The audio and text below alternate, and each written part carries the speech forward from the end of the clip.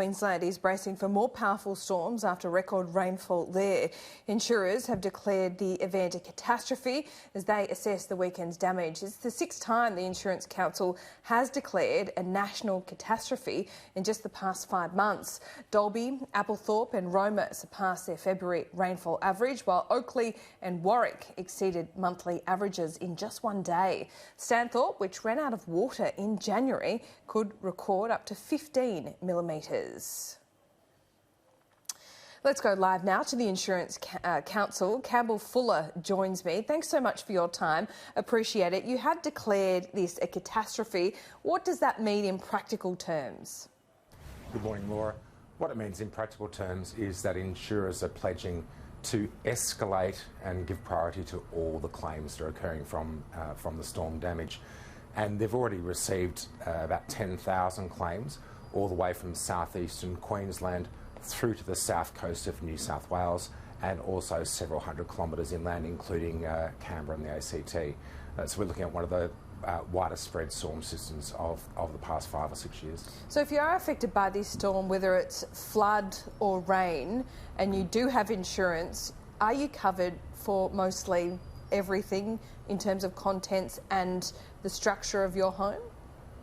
Storm damage is covered by home and contents policies, and about 96% of policies sold in Australia at the moment, or sorry, purchased in Australia at the moment, have flood cover. It's the only way to get a policy without flood cover is to choose it.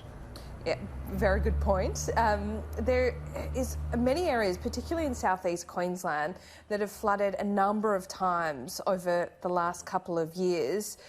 Are there any areas in which insurance companies haven't insured or haven't allowed residents to insure their buildings? That's a good question, but no, there's no part of Australia that isn't insurable or isn't insured at the moment.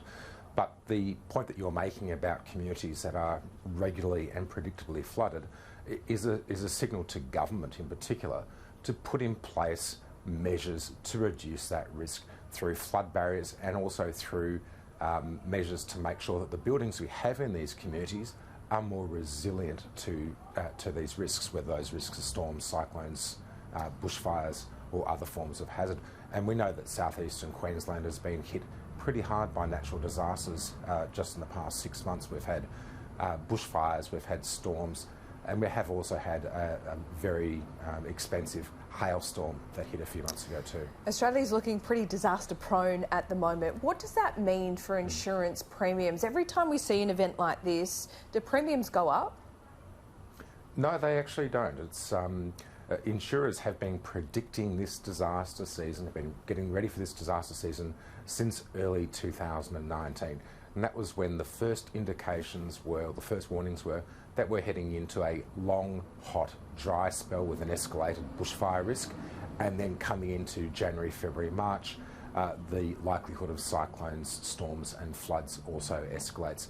So insurers have taken the right prudential precautions at this stage for this disaster season. However, it is early days. Insurers are keeping a very close eye on the number of cyclones that are crossing the coast and also the potential for further damage. So insurers are looking at the weather forecast as much as the rest of us at the moment. When you talk about preparation for these kinds of seasons, whether it's a flood or bushfires, what preparation do the insurance companies actually take? Do they mobilise more money, ready to get that out the door, knowing that there will be a flood of claims? They take a number of different precautions. They take prudential financial precautions through reinsurance, through balance sheet measures. They also take logistical precautions. So they make sure they have flexibility in their call centres. They make sure that their panel builders and project managers are standing by, and they also seek to make sure they have enough insurance assessors that can be mobilised and moved into disaster zones as quickly as possible. For instance, across the bushfire zones, the average waiting time for an assessor for a home building claim was about 5 or 6 days. And given that so many communities were absolutely isolated for many, many days or even weeks, that's a very rapid response. They even use aircraft. They flew into Malakuta, for instance, on an Air Force cargo plane so they could get assessors into these areas quickly. And they're doing the same thing with the recent hailstorm and also with these floods and storm damage. Okay, Campbell Fuller from the Insurance Council, thank you for your time. Thanks, Laura.